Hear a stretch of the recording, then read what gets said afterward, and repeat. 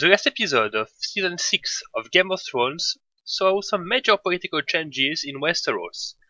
To put it mildly, Cersei isn't really the best diplomat the Seven Kingdoms have known.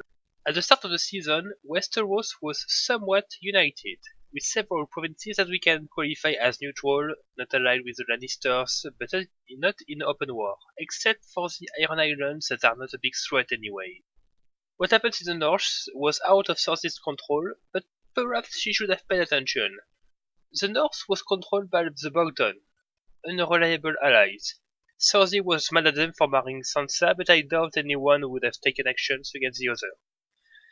With the Battle of Winterfell, however, an alliance was signed between the Starks and Littlefinger, allowing this alliance to hold both the North and the Vale, two regions that are naturally fortified.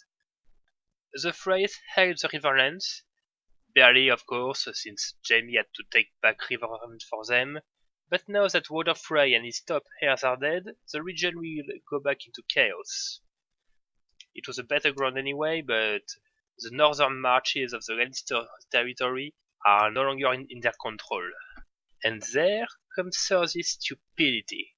She worked hard to destroy her alliance with the Tyrells, which was a terrible choice. The Tyrells made up most of their armies and supplied the capital with food. She thought she killed all the Tyrells, but she forgot that the most dangerous of them wasn't there.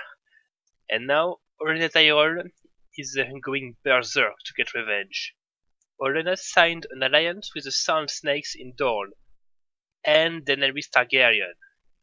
So, Daenerys only controls a strip of land between Casterly Rock and King's Landing. Or does she? She actually only controls the capital. The Westerlands and the south of the Riverlands that are in fact militarily controlled by the Lannisters are under the control of her brother Jaime. It's an important distinction since I don't think Jaime will be cool with Cersei's genius diplomatic move that pushed their last son to kill himself. I also expect the Riverlands houses to declare for the Starks again, now that the Freys are destroyed and the Lannisters are no longer backed by the Tyrells. So let's talk numbers. Jaime Lannister has an army of 8,000. Cersei only holds the capital, with a few thousand gold cloaks and a fleet that will try to backstab her at any chance.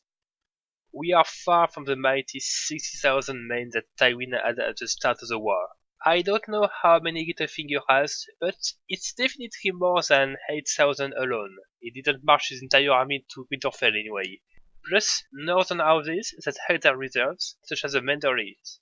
True, this alliance isn't stable, with conflict of interest between Jon and Littlefinger, but they can find a deal. Jon mostly wants to stop the White Walkers, while Littlefinger wants the throne. Perhaps he'll try to marry Daenerys. In any case, the Northern Alliance could easily seize the capital if they wanted. The Southern Alliance, however, is a behemoth. I don't know the exact numbers, but in the books, the Tyrells are said to be able to levy an army of 100,000, 50,000 for Dorne. Perhaps that's less in the show, but that doesn't change the fact that they will be able to steamroll the Lannisters. Plus Daenerys 8,000 unsullied, 100,000 Dothrakis, and 3 dragons. And she may still try to sign an alliance with Jon Snow, which would be very easy I think, which would make Westeros united against Cersei. Perhaps Jaime won't even fight for his sister. In any case, Cersei burning the Great Sept was a Pyrrhic victory.